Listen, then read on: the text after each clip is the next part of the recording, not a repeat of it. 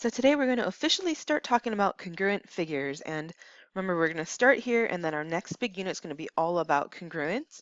So we're going to just look at what congruence specifically in transformation looks like for now. So what is a congruent figure besides the fact that they have the same size and shape? Well, we can also describe them as figures where there is a rigid motion or a composition of rigid motions that maps one of the figures onto the other. Remember, our rigid motions are rotations, reflections, and translations. All right, so let's go ahead and write that down. Okay, so let's first identify what the congruent figures are in example 1, and then we want to explain it using some rigid motion. So for example, if I start with this quadrilateral CBAD, I can see clearly it's a square.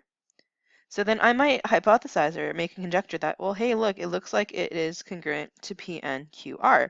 Now, how can I describe that using a transformation that's a rigid motion? So again, if I'm conjecturing that ABCD is congruent to NPQR, and notice how I was deliberate about the order. So I'm making sure A goes with N, B goes with P, C goes with Q, and D goes with R. We typically want to aim for that with congruent figures because you want to make sure the pre-image and image are mapping to each other so they're in the same location in the name. Okay, so how do I know that this would be true? Well, think about it. How can I show a rigid motion here? So I might pick, A and N and think, well, how did I go from this particular point, 5, 3 to N, which is at 3, -3, right? So if I'm just thinking about this, to go from A to N, again, this was 5, 3, 2,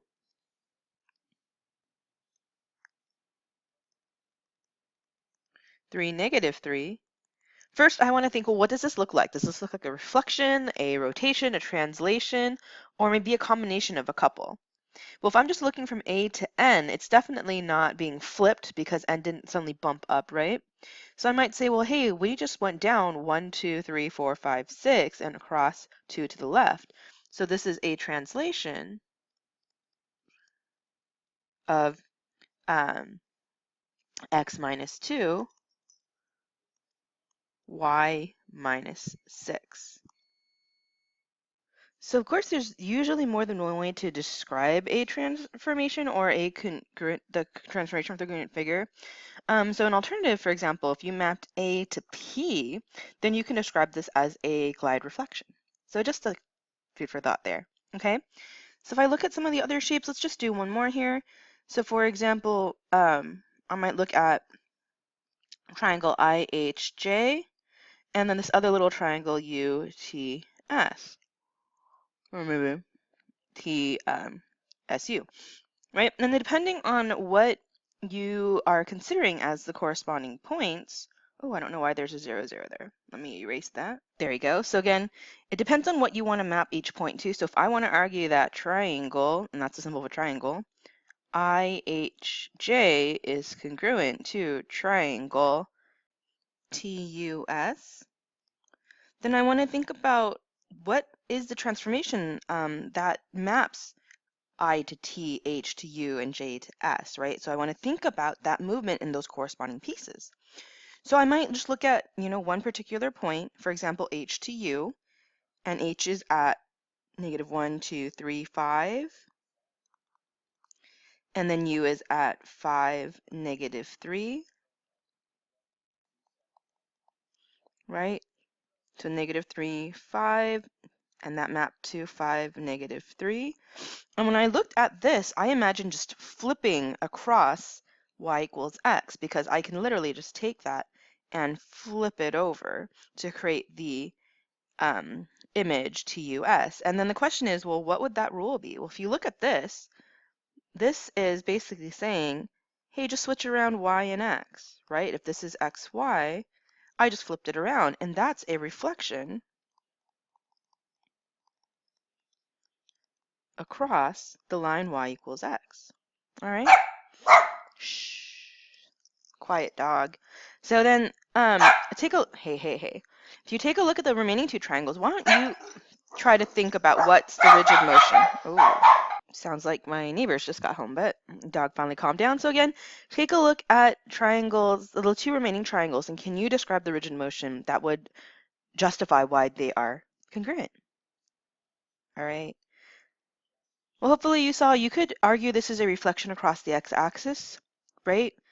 That's a wonderful description of a rigid motion for that. Okay, let's take a look at congruence transformations and let's talk about what it is and then look at the next example. So a congruence transformation is just another name for a rigid motion or a composition of rigid motions. So the phrase rigid motion and congruence transformation are interchangeable. They just basically mean the same thing. So you're thinking, what did I do to take a pre-image or an original figure and create something identical to it, but just change the orientation or change the location of it, right? So if you take a look at example 2, I want to describe a congruence transformation that maps parallelogram ABCD to EFGH. Again, notice very carefully the ordering, right? A should go to E, B should go to F, etc. So we want to make sure that when we talk about these transformations, we are being careful to look at the actual movement based on the corresponding parts, right? So what I would do is I would go ahead and just pick a pair of mapping points, for example, A and E, and then brainstorm and think, how do I go from A to E? So for example, A is at 1, 1, and then E ends up being at 1, negative 3. And when I think and rack my brain, there's no single transformation that would do that, right? If I wanted to call this a translation down 4 and over 2, that would work, but the figure flipped over. So that doesn't quite work for me.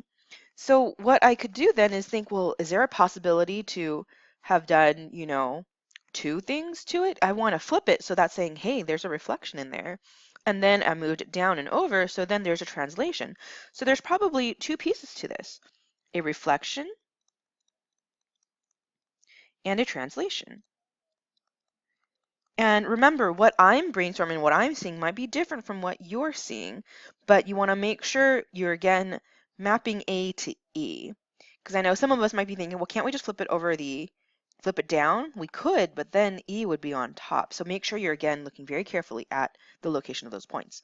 So for A to stay on the bottom, I've got to flip it across the y-axis. So I'm going to reflect it across the y-axis. And I can just double check by just drawing in that point, just to check myself, right? So this point should be at, when it's flipped, I'm going to call this A prime, it's at 1, negative 1, 1, right? Which is still in line with E. Then to go from A to E, all I had to do was go down as my translation. So I went down 1, 2, 3, 4. And that brings me to negative 1, negative 3. So that's a translation down 4 units. So that's my composition, right? We reflected across the x-axis first and then went down 4. I can double check my work by looking at, for example, another pair of points and see, does it hold for B? If I flip B across the y-axis, I'd go 1, 2, 3 and flip 1, 2, 3. Or again, think about the rule, flip x, keep y the same. So that should be at negative 3, 1. And then if I take this point and go down 1, 2, 3, 4, that does bring me to F. So again, I can just double check my rule, my congruence transformation, by checking those points. All right, and that's where we're going to stop today. We're going to talk about some theorems in class, and then again, the next unit is going to be all about congruence, and we'll look at some other theorems and other ways to prove congruence aside from transformations. Thanks for listening.